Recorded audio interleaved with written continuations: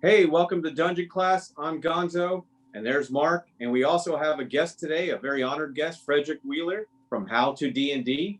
And today we're going to talk about running the Curse of Strahd and some of the fun things that we like about it. So let's get right into it.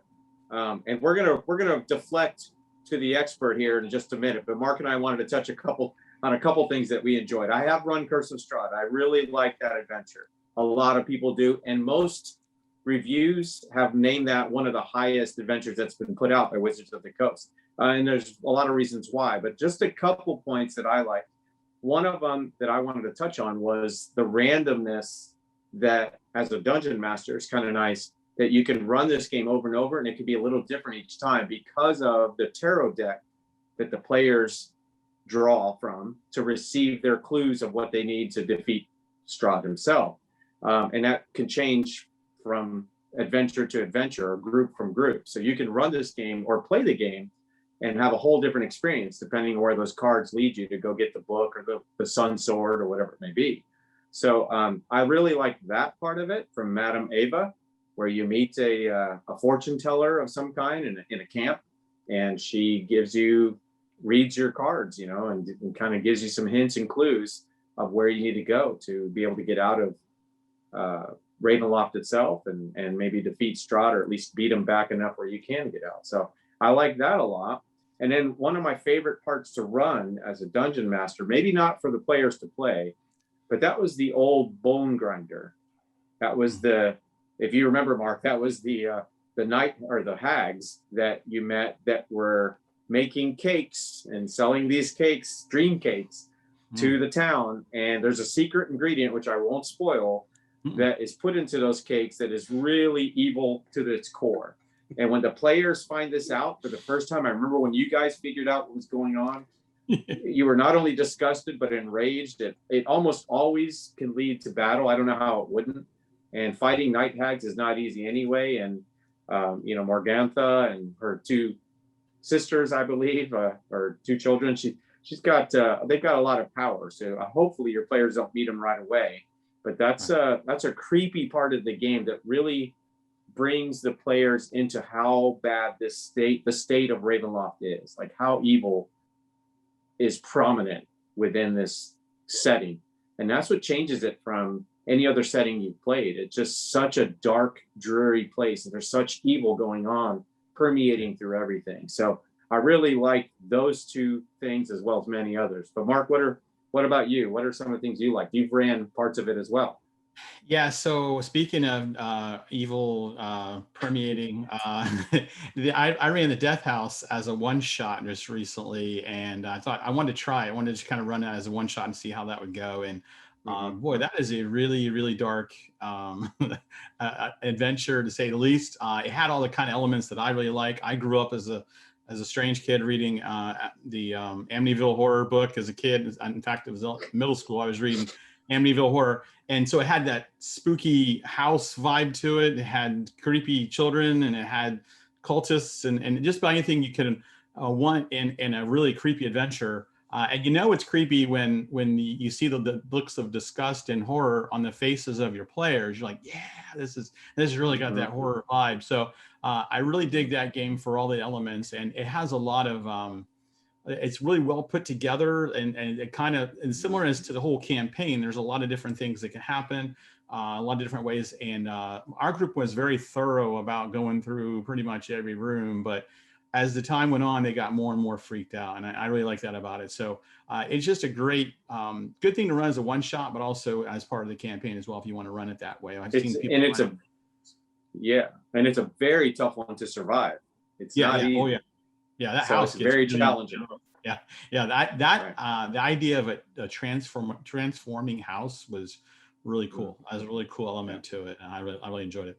All right, so we thought today we'd have our resident expert who has run Curse of Strahd a lot more than we have. We called in Fred because we're interested in finding out what is the best way to run Curse of Strahd for maximum fun. He's going to share with us some of his golden ideas on how to make Curse of Strahd as fun as possible, because us, like dungeon classes, we want things to be as fun as possible. We want maximum fun.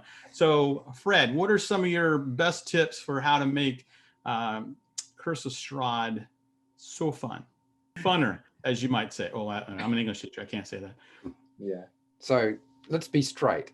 I've run the original Ravenloft adventure, and I've run the Curse of Strahd, including the Death House. And I won't ever run it again. I love the adventure, but I'll never run it again. I'll never put my players through that sort of experience again because it's a lot of work. It's a lot of work. The Curse of Strahd is a lot of work, and it's pretty traumatic, even when they love the game. So I would never do that to another group of players. And it's going to be old pizza for me. So I don't eat old pizza. I can't eat pizza anyway. So I guess I have 7 things that I think sort of make it fun, if you can do it and it works for you. And the first thing I would deal with is try not to make character death a big issue. You know, really explain to your players in your session 0, and you probably should have a session 0, that how are you going to manage character death? Are you going to have a rolling cast and they need to bring like a case full of character sheets? Or are you going to use dark gifts? Or are you going to use some of the dark gifts, but not all of the dark gifts? Are you going to allow them to raise from the dead? And then, frankly, coming back to life after you've died can be fun and funny and also horrifying and have a whole lot of implications that are far worse than your character dying. You may in fact prefer to have a new character after your character comes back and they are a zombie or a ghost or some other horrible thing. I've had them come back as a revenant. A couple of them came back as villager members, and their soul goes into the body of somebody else. I think somebody came back as a big pile of poo. So there's lots of things you can do, and it can be very entertaining. But you do need to know your players really well, and you need to make sure they're on board for that sort of thing. Very good, very good. I like that. It's a great tip. And honestly, anything involving poo, that's a interesting way to go with that. I did not see that coming. Someone come back as a reincarnation. I guess you can, come back as different things. My players didn't see it coming either. But anyway. So that happened. Yeah, right. Awesome. Good point. Okay. I like that tip. Good one. All right. What's another one, Fred? So number 2 would be lean on the horror theme of the adventure, because it is a horror. It's a gothic horror adventure. But if you're going to lean on it, make sure your players know what they're in for. If they're into vanilla Dungeons and Dragons or fantasy, they may not enjoy this. And I've made this really clear to people on a number of occasions that not every player is going to find the Curse of Strahd enjoyable, and you may need to make sure you've got the right people at the table. And one of the best things you can do is lean into dark humor. If you understand what dark humor is, great. If you don't, I made a video on the topic, and I'm sure there are many people who have, and it's a really good thing to put into your game. And it actually stipulates in the book, the adventure book, actually talks about how to do some of those sorts of things. Very good. Yeah, we'll have a link in the description on that video, because I'm all about dark horror, dark humor. Sorry, I teach high school, so dark humor is definitely in my wheelhouse. Gonzo, you're a fan of dark humor, right? Yeah, I love it. I love it. And horror itself has been one of the genres that I've always been attracted to. So this was right up my alley to prepare as a dungeon master for sure. So I love it. Yeah. Yeah, I'm a big Stephen King fan, so I love horror kind of stuff, and I think that's good stuff. So really, you're what you were saying earlier about being ready for death. It kind of reminds me of running Tomb of Horrors. And the fact you never run it again with your players. It kind of reminded me of that. It's one of those things you do it once, like, I'm not doing that again. But you better be ready to die, and that's a really good point. Is that there's a good chance in Curse of Strahd you're going to die. So I guess the third idea that I would suggest is the Curse of Strahd is a sandbox. And because it's a sandbox, the players' characters can go anywhere. So let them go anywhere. Let them do what they want to do. No matter how horrible it might be, they are in a horrible place. Now, I know what you're thinking. Hang on. If I can have my players go to anywhere in the entire map and it's just totally up to them, how do I deal with it? I've got to prepare the entire adventure, and the adventure's really dense. So what do? You ask your players before they leave at the end of your session where they think they're going to go next time, and that's the section you prepare for. That's my advice to you.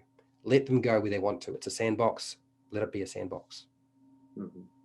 That is a very veteran idea of asking them where they want to go next. Very good, Yeah. especially for new DMs. I think that's a good thing for them to hear, is that that's a great way to cheat it a little bit, because yeah, preparing everything, no one has that amount of time and you can't do it. But if they tip their hand to where they're headed, yeah, it gives you more time. So that is an absolutely great point. All right, what's another great point that you would say would make Curse of Strahd so much more fun? Number 4 for me is definitely going to be let them meet Strahd often and as many times as possible and as early in the adventure as possible. And when they meet Strahd, don't have it be a combat. Let it just be a social interaction. Just let them talk to Strahd. There might be a lot of tension. There might be a bit of intimidation taking place. There might be a bit of deception taking place. It might, it doesn't have to be a battle. But you want to have as much contact with Strahd as they possibly can. And it doesn't always have to be them approaching Strahd. Strahd can approach them. I love that. I love that point, Fred, because I remember, when you watch or read The Lord of the Rings, Sauron's presence was ever present. But anytime he put on the ring, he would actually have contact and interaction with Sauron. And even the, other people that they would meet would be influenced by Sauron.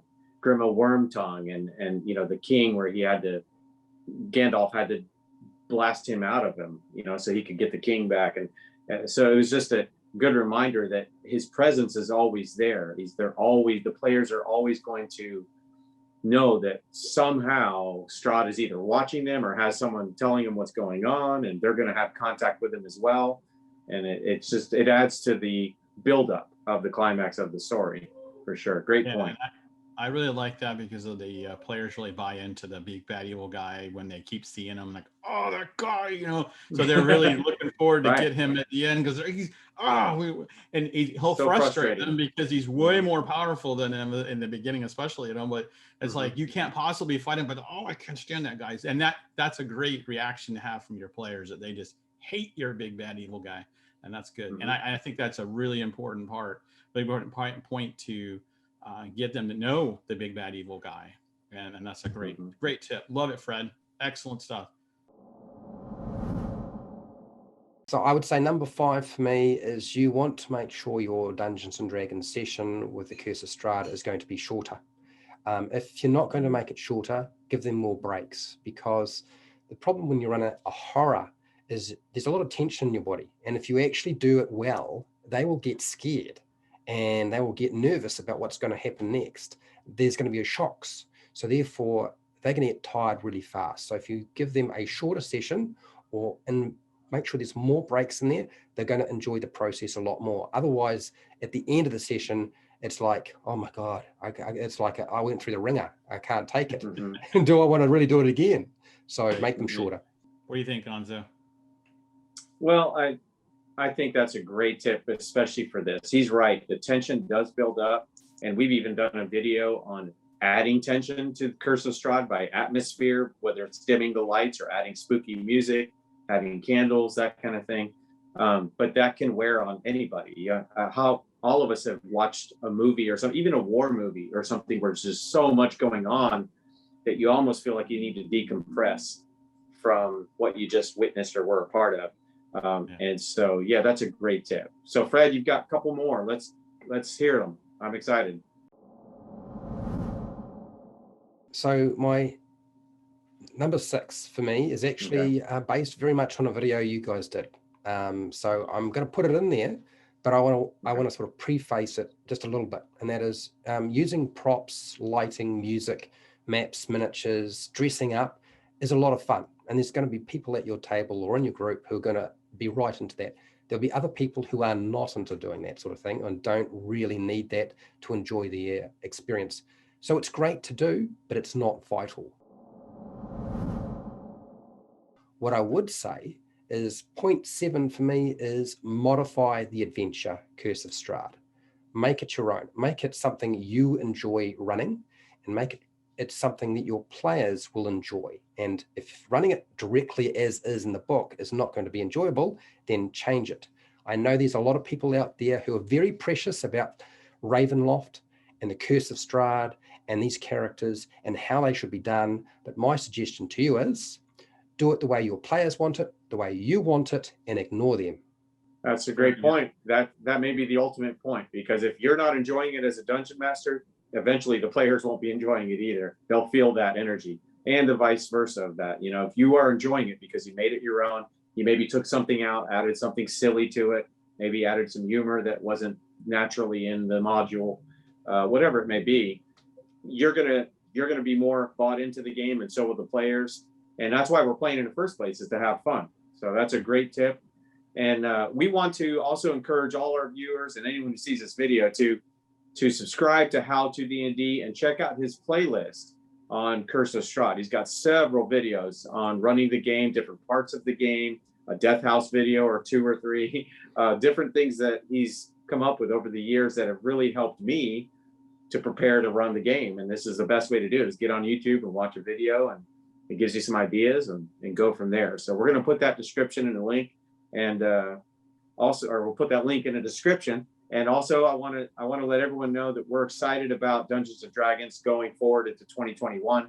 There's a lot going on, and the game just continues to evolve. But whatever you're running at your table, as long as you and your players are having fun, dungeon masters like Fred, like Mark, like I, we're encouraging you to do that, to run it the way you enjoy it, because that's what it's all about.